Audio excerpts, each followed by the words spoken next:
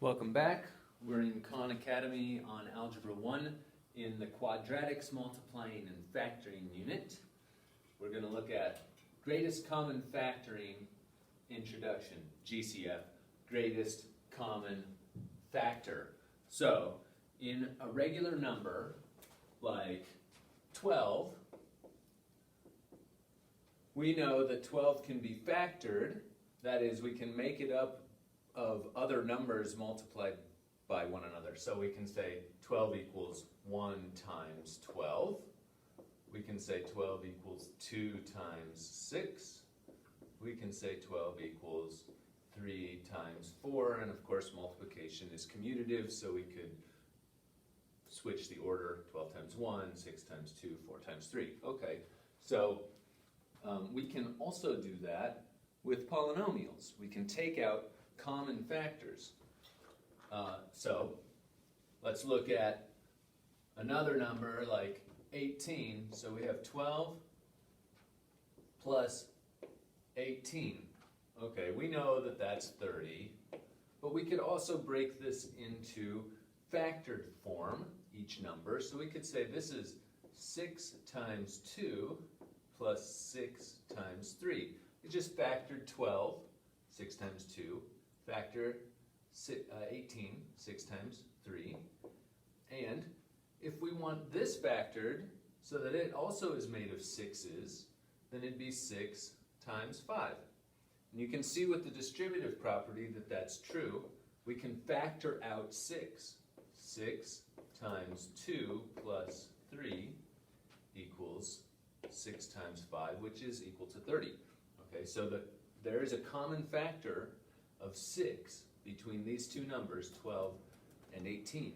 Similarly, we can take common factors out of this polynomial. Any factor that is a factor of all of those terms can be factored out, kind of reversing the distributive property. Okay, so in this case, looks like if we look at our numbers, we've got a 4, 16, and 4. So those are all divisible by 4. So we could say 4 times x squared. 4 times 4x gives us 16x. And 4 times negative 1 gives us negative 4. So we should look for this. Now, the common factor could include a variable, but in this case it doesn't, because x is in the first term and second term, but there's no x in the last term, so we can't factor that out. Okay, so here's our answer. 4x times x squared plus 4x minus 1 says to choose one answer, so if we're right about that, then these other ones won't be true. Let's look at that. 2x times 2x squared, 2 times 2 is 4, x times x squared is x to the third, so that's not okay. 4 times x squared, that's good. 4 times 4x is 16x, that's good. 4 times...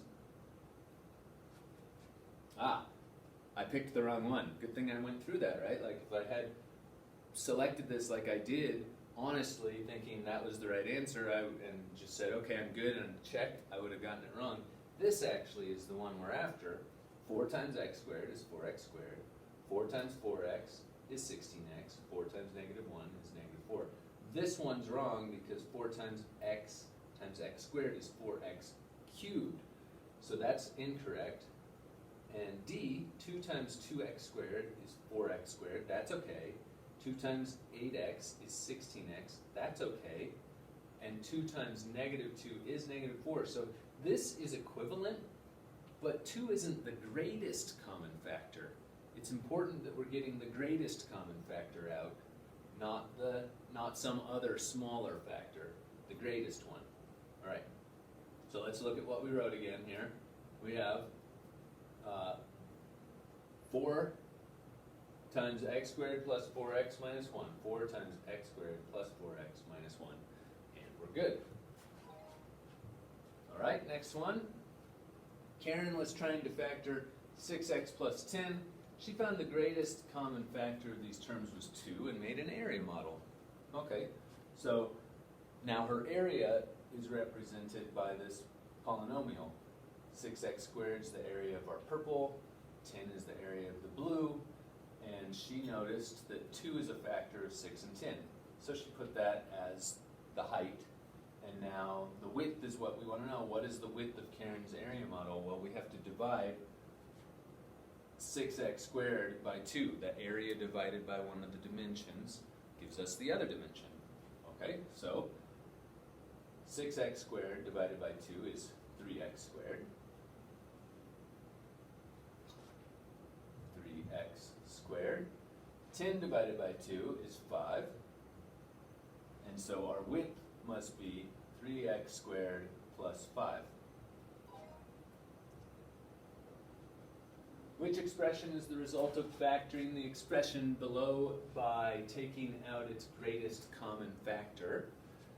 So the greatest common factor, I only have x's in one of my terms, so there won't be any x's in my common factor. 8 goes into 8 once, 8 goes into 24 3 times, so we can factor out 8. We get 8 times x squared to give us 8x squared, minus